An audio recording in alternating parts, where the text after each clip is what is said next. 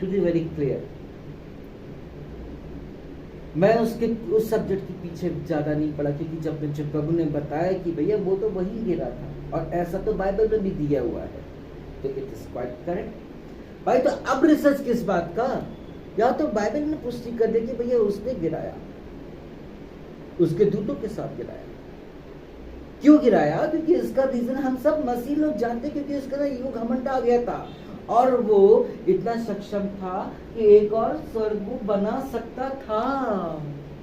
Yes, लेकिन परमेश्वर नहीं चाहता था, कोई भी पिता नहीं चाहता कि उसका बाप, उसका पुत्र उससे बड़ा था।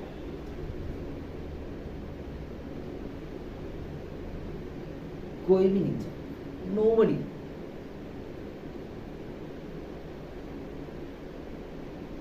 क्योंकि प्रभु ने उसको अपनी महिमा के लिए तैयार किया था और वो करने क्या लग गया, उसका गलत फायदा उठाने लग गया।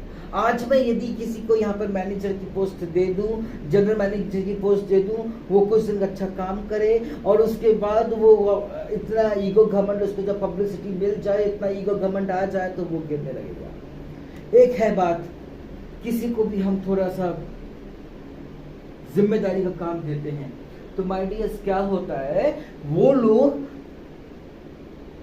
जिम्मेदारी के साथ साथ कई एक ऐसे काम कर जाते हैं जो गैर जिम्मेदारी होता है, जो परमेश्वर को पसंद नहीं है, जिसके कारण अपने मुंह दिखाते हैं। वहीं पर भी ऐसे ही कुछ हुआ।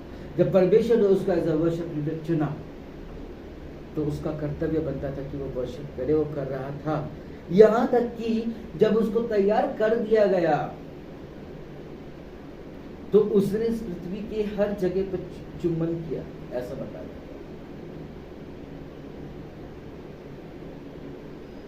ऐसे करके प्रभु की महिमा की।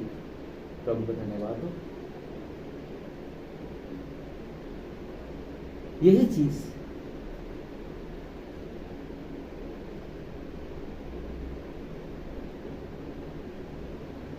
हम मनुष्यों के अंदर ईगो घमंड आ जाता है। जब हमको थोड़ा सा नाम, इज्जत या कुछ रिस्पॉन्सिबिलिटी मिलता है, वो ईगो घमंड कहीं से नहीं आता, वो आता है सिर्फ शैतान की ओर से आता है, जो हमारे विनाश का कारण होता है।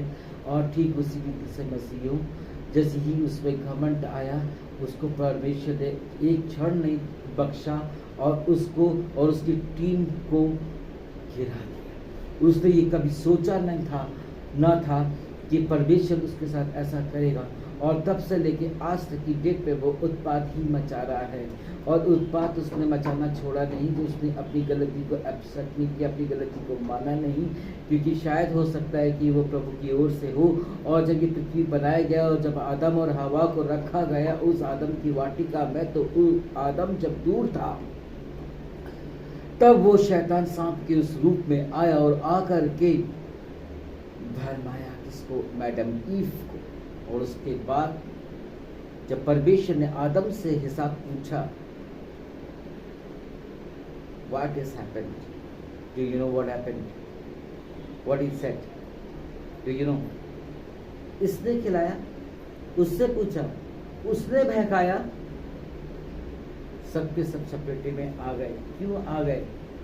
क्योंकि यहाँ पर हम अपनी गलती को नहीं मान रहे हैं। हम आज भी एक दूसरे पर दोष लगाते हैं भाई, अपनी गलती को एक्सेप्ट कभी करते ही नहीं है। वहां पर उन्होंने अपनी गलती को नहीं माना, बल्कि एक दूसरे को ब्लेम किया, जिसके कारण सब कष्ट हो गया।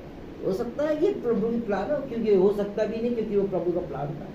क्योंकि प्रभु तो चाहते थे कि मेरी टीम बने, और यहाँ पर शैतान भी कंपटीशन पर आ गया।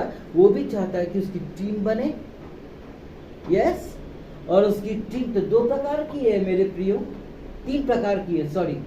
एक तो नरक में कुल्लड़ टिकाए हुए हैं, और दूसरा असमय मौत मरे हुए हैं, और तीसरी टीम तो उसकी जो 33 करोड़ एक साथ है।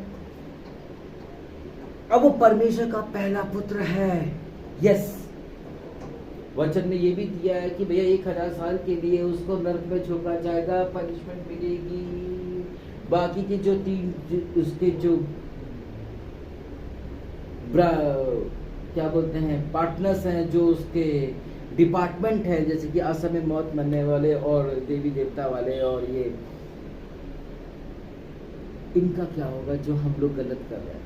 हम लोग तो सदा के लिए नर्क में जाएंगे, लेकिन जो मैन ऑफ गॉड्स हैं, ये तो जैसे सिगरेट का या स्टीम इंजन का जो धुआं है वो एटमॉस्फेयर में मिक्स हो जाता है, एज इट इज वो वैसे ही हो जाएगा, वो सब लुप्त हो जाएंगे, जिस प्रकार अब डायनासोर्स हो गया। मसीह में मेरे भाई मेरे बहनों,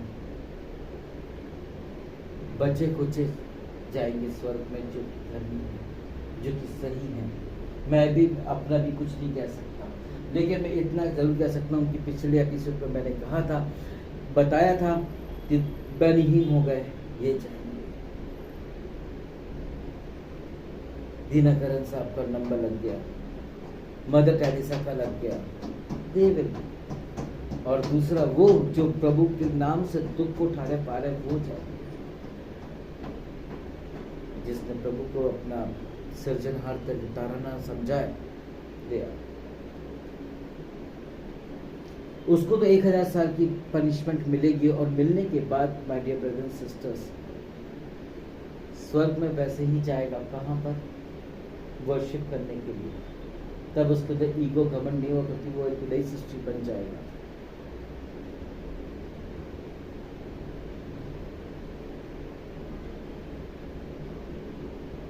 बाकी जो उसके टीम और जितने भी डिपार्टमेंट थे, जिस प्रकार